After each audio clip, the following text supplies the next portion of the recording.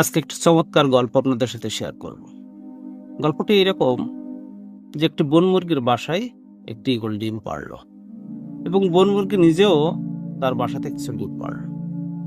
সময় পরিক্রমায় সেই বন মুরগি ডিমগুলোকে তা দিল। একটা সময় সেগুলো বাচ্চা হিসেবে পৃথিবীতে আসলো। পৃথিবীতে যতগুলো বাচ্চা আসলো এই বাচ্চাগুলোর ভিতরে কিন্তু একটি বাচ্চা হলো ঈগলের বাচ্চা। কিন্তু ঈগলটি যেহেতু জন্মগ্রহণ করেছে বন মুরগির পরিবারে, যার কারণে তার যত স্বভাব, তার যত বৈশিষ্ট্য দৃশ্যমানভাবে সবই পেল বন মুরগির মতো। সে বন মুরগির মতো ডাকতো, বন মুরগির মতো অল্প একটু উঠতো এবং বন মুরগির মতো আস্থা করে হাসড়িয়ে হাসড়িয়ে খাবার সংগ্রহ করত। এভাবেই তার জীবনে বড় হতে থাকলো। কিন্তু হঠাৎই একদিন দেখলো আকাশে একটি সুন্দর ঈগল উঠতেছে। যখন সেই দৃশ্য দেখলো, দেখে তার ভিতরে মনে হলো আকাশে যে পাখিটা উঠতেছে সেটা তো দেখতে আমার মতোই। তখন সে তার আশেপাশের অন্যান্য বন মুরগি ভাই বোন যারা ছিল তাদেরকে জিজ্ঞাসা করলো, এই সুন্দর পাখিটিকে দেখতে আমার মতোই অবিকল? অন্যরা বলল, তুমি যদিও তার মতো দেখতে, কিন্তু তুমি এখন বন মুরগি হয়ে গেছো, তুমি চাইলেও তার মতো আর আকাশে উঠতে পারবে না। তার কাছে মনে হলো এটাই বুঝি সত্যি।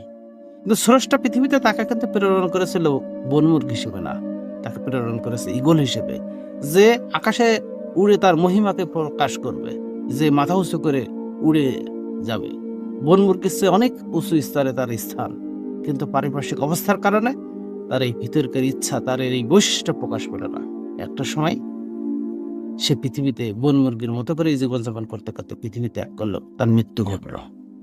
গল্পের মূল শিক্ষাটা কি? মূল শিক্ষাটা হলো যে ঈগল পৃথিবীতে এসেছিল ঈগল হিসেবে, কিন্তু ঈগল পৃথিবীতে জীবনযাপন করলো বন মুরগির মতো করে।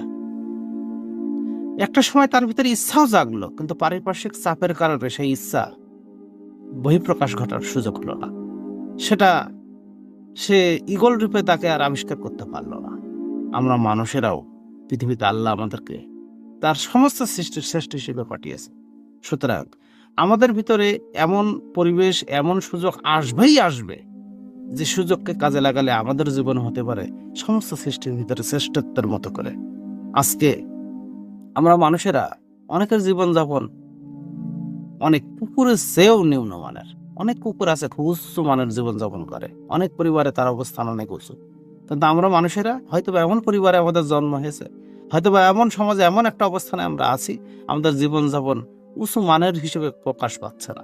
কোনো কোনো সময়, কোনো কোনো বক্তার বক্তব্যে, কোনো কোনো পরিস্থিতিতে, কোনো কোনো ঘটনায় আমাদের মনেও জেগে ওঠে যে হ্যাঁ, আমরাও মানুষের মতো মানুষ হব, আমরাও মাথা উঁচু করে দাঁড়াবো। কিন্তু পারিপার্শ্বিক অবস্থা, পারিপার্শ্বিক চাপ আমাদের ভিতরকার সেই যে শ্রেষ্ঠত্ব প্রকাশ হতে দিতে চায় না। কিন্তু মনে রাখবেন, আমি আপনি কিন্তু সৃষ্টির শ্রেষ্ঠ হিসেবে পৃথিবীতে এসেছি।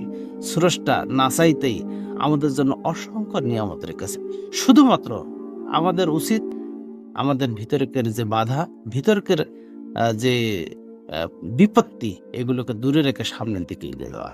সুযোগ আসবেই, ঠান্ডা মাথায় সতর্কভাবে সুযোগগুলোকে চিনতে হবে এবং সামনের দিকে এগিয়ে যেতে হবে। ধন্যবাদ সবাইকে।